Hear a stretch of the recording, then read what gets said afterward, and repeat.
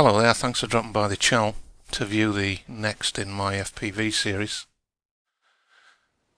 which will be a autonomous flight with my Mini Talon. So as you can see, I got the Talon on the bungee launcher here. We're just about to launch. I use a bungee launch method as that's what I prefer to launch that particular aircraft, and it works very good for me, so I stick with it. So there we go, simple as that. Off she goes. I use a auto launch mix on my Tyrannus for launching all of my aircraft, and I've got a one for the Mini Talon, and as soon as it's into the air I switch off the auto launch on the Tyrannus and take control of the aircraft. At the minute it's in stabilize mode, and I've just actually switched the loider. So what happened there is I launched in bungee, took it up to an altitude and stabilize, and then switched the flight controller into loiter mode, which is on, as you can see, bottom right on the screen now. And while that's happening, the plane will just circle overhead. That allows me time to get down into the chair, get the goggles on, and get everything set up on the ground station to take control. So we'll just wait till that happens. Still loitering around. Obviously still setting things up on the ground. Getting my eyes acclimatized to the inside of the goggles. And there, I've taken control again. So we're now back in stab, so I'm in the goggles now and in stabilize mode. Pretty soon I should switch into auto. In fact, it's happened right there. So you'll see now, top left of the screen, the waypoint settings have appeared. So you see now it says waypoint 1. The figure next to that on the right, which is counting down, is the distance to that waypoint. So we just actually hit waypoint 1, and the flight controller is now heading out for waypoint 2. So you can see there currently waypoint 2, and we're 300 and, well, it's counting down a meter, 300 plus meters to waypoint 2. That will count down. And this has all been done by the flight controller. There's no input from me at all. The flight controller is literally flying the model constantly. At this point now I'm a passenger. I'm just enjoying the ride and watching the instrumentation, keeping an eye on everything: speed, altitude, number of satellites we're seeing, RSSI for the onboard receiver, which is coming back to me over the telemetry link. So there we are, we've hit waypoint 2 and now heading to 3. Those waypoints must be close together. 3's just gone, and now it's heading for waypoint 4, so 700 meters now to waypoint 4, and the altitude is a little bit higher as the autopilot is climbing the aircraft to hit the altitude. A waypoint is just simply a point in space. It's a three-dimensional position that you tell the flight controller that you want the aircraft to fly to. In other words, it uses latitude and longitude for position, and also altitude. So that gives it a three-dimensional position that the flight controller knows that you want it to go to. And that's basically what all a waypoint is. And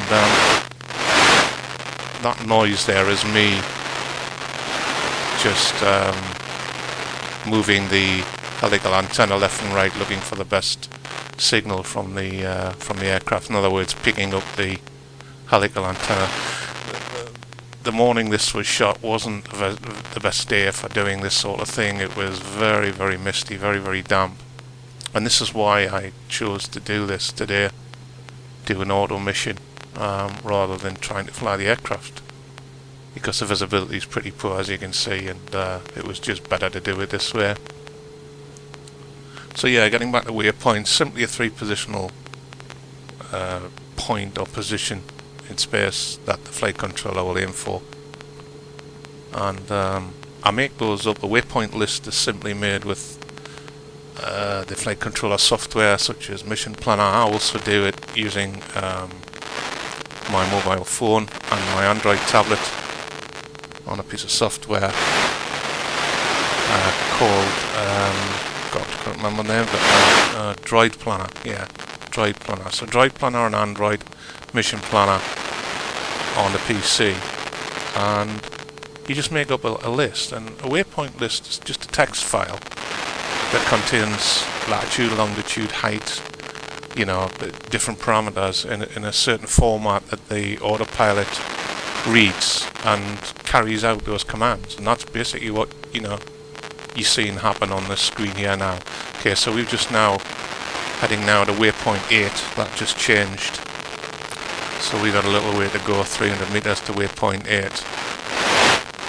Tweaking the antenna again. And the way I upload my waypoint lists to my models is on each of the models I have a Wi-Fi telemetry unit, and I simply connect my mobile phone or my Android tablet direct to the flight controller wirelessly through the Wi-Fi interface, and then upload the mission file. Simple as that. And then when I want to fly the mission file, just exactly as I did in this flight, and turn the thing onto auto, and off it goes and follows that waypoint list, and it does it very, very well. Very well indeed.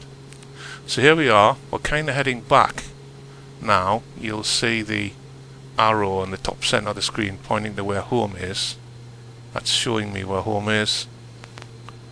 And we're heading currently top left hand corner to waypoint 10, which is 460 meters away. And we're losing altitude. So obviously waypoint 10 is lower than waypoint 9. And of course I did this on purpose because now we're heading back for landing. So we just continue back. Flight time is in the top right hand corner of the screen, and directly below that is a total journey or total flight distance, which is 727 something or other, 73 now meters, 7.3 kilometers at the time of talking there. Battery voltage information is bottom left on the screen. How much current, what the battery voltage is standing at, how much current I'm drawing, how much battery I have left, and the percentage at the bottom is how much throttle I'm using at that point in time. In fact, it's not me, it's actually the autopilot is using at that point in time. So, waypoint 10 has been achieved. It's heading now for waypoint 11, which I believe is the last one. Again dropping altitude and heading for its point in space. Waypoint 11 is the last waypoint in the list, I believe. So once it reaches or achieves waypoint 11, which is pretty close to me, it will literally just circle overhead and stay there until I take control. So yeah, we're dropping down there nicely to just 100 meters, which is obviously the altitude that's set for waypoint 11. Autopilot controlling the Mini Talon. Very nice indeed. Really nice flight. So total flight distance at the moment 8.7 kilometers. And distance from home at the minute is 250, which is shown at the bottom in the middle there.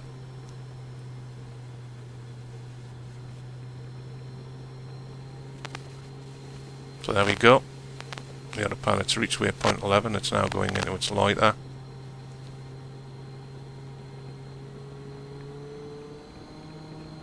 Next thing will happen, you'll see me actually physically switch off auto and turn it into loiter.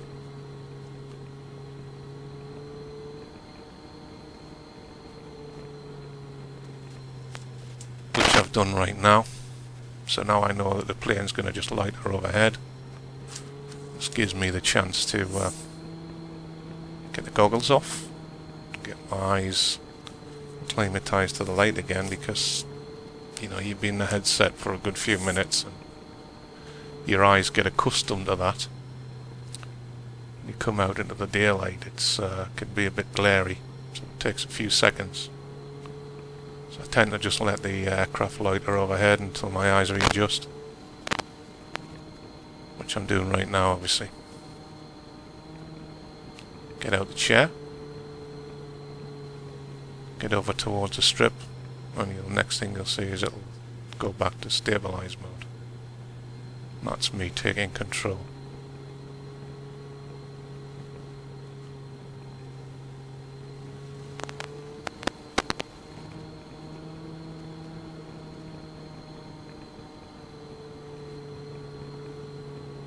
Still loitering nicely, holding its altitude. And there we go. That's me now. Switched out to loiter and to stabilize. And losing altitude, trying to bleed some height and some speed off. Well, building speed up when I'm bleeding height off, of course. Just turning to make an approach.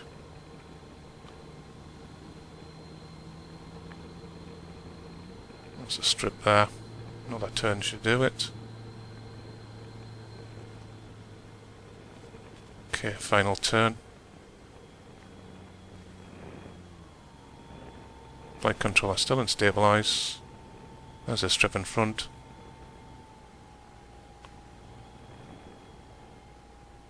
Well, get out the way. And there we go, we're in. So that's a mission. Actual flight time was 11 minutes and 4 seconds. And we travelled 11.468 kilometers in that 11 minutes and 4 seconds, which is not bad at all. Thanks for watching. Catch up with you later. Bye bye now.